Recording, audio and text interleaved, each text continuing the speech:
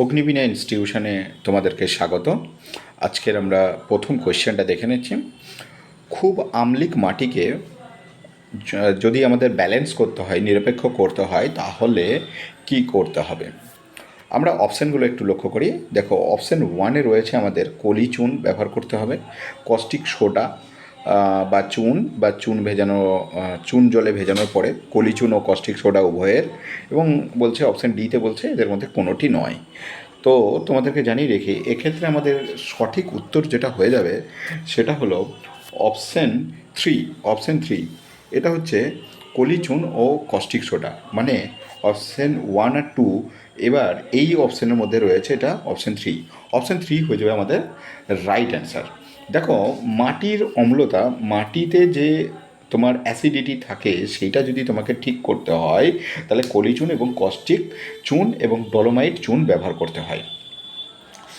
এটি মাটিকে খনিজ ঘাটতি সংশোধন করতেও সাহায্য করে।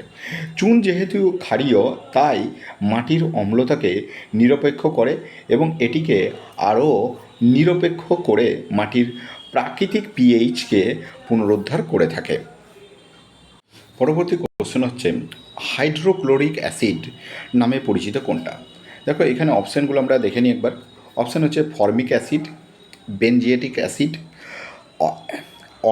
Oxalic acid, muriatic acid. এখানে আমরা সঠিক উত্তর হয়ে যাবে অপশান ফোর, মিউরিয়াটিক অ্যাসিড। দেখো, এই মিউরিয়াটিক অ্যাসিড বা হাইড্রোক্লোরিক অ্যাসিডটি মিউরিয়াটিক অ্যাসিড নামেও পরিচিত। মিউরিয়াটিক অ্যাসিড হল হাইড্রোজেন ক্লোরাইডের একটি জলীয় দ্রবণ, যা একটি বর্ণহীন দ্রবণ এবং একটি স্বতন্ত্র ও তীব্র গন্ধ রয়েছে। এটি একটি শক্তিশালী অ্যাসিড নামেও পরিচিত। হাইড্রোক্লোরিক অ্যাসিড হল গ্যাস্ট্রিক অ্যাসিডের একটি উপাদান, যা মানুষসহ বেশিরভাগ প্রাণীর প্রজাতির পাচনতন্ত্রে উপস্থিত থাকে। এছাড়াও আমরা সাধারণত এটাকে সাবানেও দেখতে পাই। আসবো পরবর্তী। লেবু ছাড়া আর কিভাবে সাইট্রিক অ্যাসিড উৎপাদন করা যেতে পারে? অপশন দেখো, শ্বেত সারের সবাত উৎসেচন, গ্লুকোজের অবাধ উৎসেচন, গ্লুকোজের সবাত উৎসেচন, শ্বেত সারের অবাধ উৎসেচন। এক্ষেত্রে আমাদের সঠিক উত্তর হয়ে যাবে অপশন এ, শ্বেত সারের সবাত উৎসেচন। শ্বেত সারের সবাত উৎসেচন। সাইট্রিক অ্যাসিড যেগুলো সাধারণত টক জাতীয় ফলে থাকে এবং সবাত উৎসেচনের প্রক্রিয়াতেও রাসায়নিকভাবে উৎপাদন করা যায়।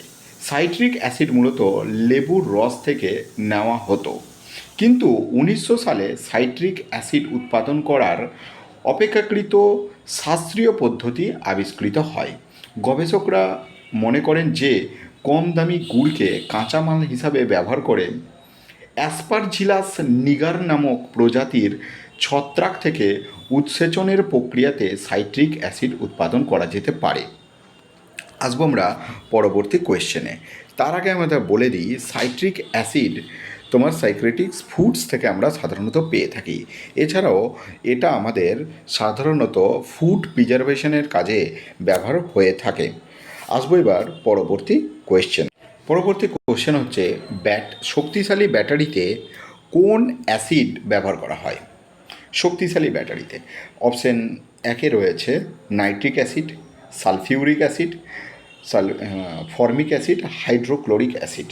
এক্ষেত্রে সঠিক উত্তর যেটা হবে সেটা হলো তোমার option two, sulphuric acid. Sulphuric acid. Lead acid একে লেড অ্যাসিড ব্যাটারি, যা এক ধরনের রিচার্জেবল ব্যাটারি, গাড়ির ব্যাটারি হিসাবে ব্যাপক ব্যবহৃত হয়। এছাড়া এর বিক্রিয়ার জন্য সালফিউরিক অ্যাসিড থাকে। আধুনিক রিচার্জেবল ব্যাটারির তুলনায় লেড ব্যাটারির ক্ষমতা অপেক্ষাকৃত কম এবং তড়িৎ সরবরাহ ক্ষমতা অনেক বেশি থাকে। মৌমাছি ও পিঁপড়ে কামড়ালে বিষে উপস্থিত অ্যাসিডটির নাম কি? অপশন ওয়ানে আছে formic acid, tartaric acid, acetic acid, hydrochloric acid. এক্ষেত্রে সঠিক উত্তর হচ্ছে option one, formic acid. Formic acid হচ্ছে সঠিক উত্তর, মৌমাছি ও পিঁপড়ের কামড়ের মানে বিষে উপস্থিত থাকে। আমি একবার সমস্ত অ্যাসিডগুলো সম্বন্ধে একটু তোমাদেরকে রিভিশন করে দিচ্ছি। দেখো, অ্যাসিটিক অ্যাসিড তুমি পাবে ভিনিগারে, ফর্মিক অ্যাসিড এক্ষুনি বললাম মৌমাছি ও পিঁপড়েতে। বেশ, তারপর হচ্ছে ল্যাকটিক অ্যাসিড কার্ড মানে দইয়ে পাবে তুমি, অক্সালিক অ্যাসিড পাবে তুমি, স্প্যানিশ পাবে। বেশ, নেক্সট হচ্ছে ক্যালসিয়াম হাইড্রোক্লোরিক লেম ওয়াটার। বেশ, তারপর হচ্ছে পটাশিয়াম হাইড্রোক্সাইড সাবানে পাবে তুমি, ম্যাগনেসিয়াম তুমি পাবে মিল্ক অফ ম্যাগনেসিয়াতে। আসবো পরবর্তী কোয়েশ্চেনে। কোন অ্যাসিড সাধারণত ব্যাটারি অ্যাসিড নামে পরিচিত? একটু আগেই তোমাদেরকে আলোচনা করলাম, এটারও সঠিক উত্তর হয়ে যাবে sulphuric acid, option 2 sulphuric acid. Sulphuric অ্যাসিডের নাম হচ্ছে আরেকটা নাম H2SO4, H2SO4। এই অ্যাসিড ডিপিং অ্যাসিড, ম্যাটেলিং অ্যাসিড, টেরা আলবা, ভিট্রিয়ল তেল নামেও পরিচিত। সালফিউরিক অ্যাসিড একটি ক্ষয়কারী খনিজ শক্তিশালী অ্যাসিড। যদিও সাধারণত পরিষ্কার থেকে সামান্য হলুদ, তবে এটিকে গাঢ় বাদামি রঙেরও হতে পারে। এটির গঠন সম্পর্কে সাধারণ মানুষকে সতর্ক করা হয়। সালফিউরিক অ্যাসিড মারাত্মক রাসায়নিক পোড়া, সেই সাথে এক্সোথার্মিক ডিহাইড্রেশন প্রক্রিয়া থেকে তাপীয় পোড়ার কারণ হয়। অ্যাসিডটি সীসা ব্যাটারি, ড্রেন ক্লিনার এবং রাসায়নিক সংশ্লেষণে ব্যবহৃত হয়ে থাকে।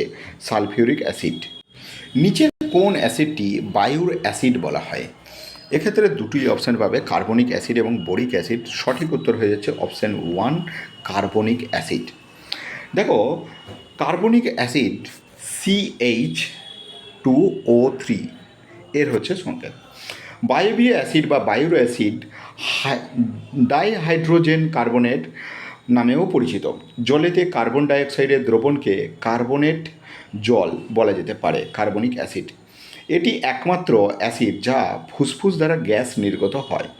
কার্বনিক অ্যাসিড একটি দুর্বল অ্যাসিড, চুনাপাথর দ্রবীভূত করে ভূতাত্ত্বিক বৈশিষ্ট্য যেমন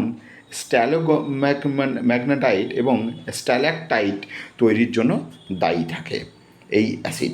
পিঁপড়ের দংশনে উপস্থিত অ্যাসিডটির নাম শনাক্ত করো। একটু আগেই তোমাদের সাথে আলোচনা করলাম। দেখো, এক্ষেত্রে আমাদের সঠিক উত্তর হয়ে যাবে formic acid, option 2 formic acid. Sorry, আমি আর একটু রিপিট করে দিচ্ছি। দেখো, অ্যাসিটিক অ্যাসিড এটা হচ্ছে কোথায় থাকে? Vinegar. Acetic acid vinegar. Formic acid হচ্ছে তোমার বললাম পিঁপড়েতে হচ্ছে ফর্মিক অ্যাসিড। তারপর হচ্ছে সাইট্রিক অ্যাসিড, সেটা হচ্ছে সাইট্রাস ফ্রুটে থাকবে। ল্যাকটিক অ্যাসিড সেটা হচ্ছে দইয়ে পাবে তুমি। অক্সালিক অ্যাসিড স্প্যানিশে পাবে তুমি। তারপরে অ্যাসকর্বিক অ্যাসিড আমলাতে পাবে তুমি। তারপর হচ্ছে টার্টারিক অ্যাসিড টারমাইন, তারপরে কাঁচা আমে পাবে তুমি। এই গেল মোটামুটি